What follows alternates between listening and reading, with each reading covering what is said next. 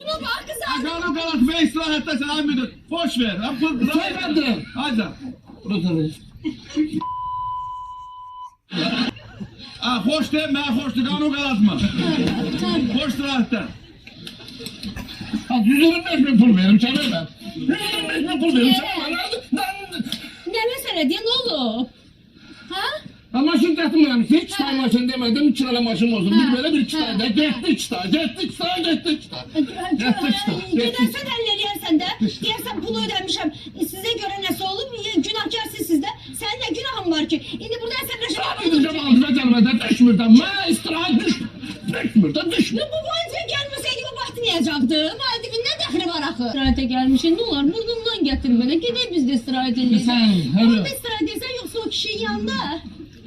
Hadi orada gömsen işim yoktu birden ikisi de. Gidi. Gidi. Sen Çin'e çıkacaksın buradan sahil vuracağım.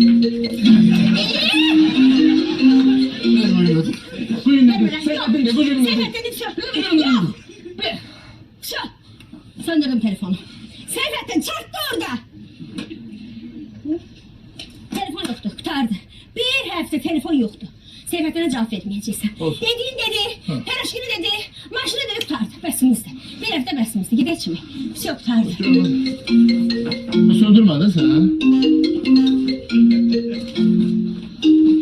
Bana zevk geldi. Ne o? Bilmiyorum.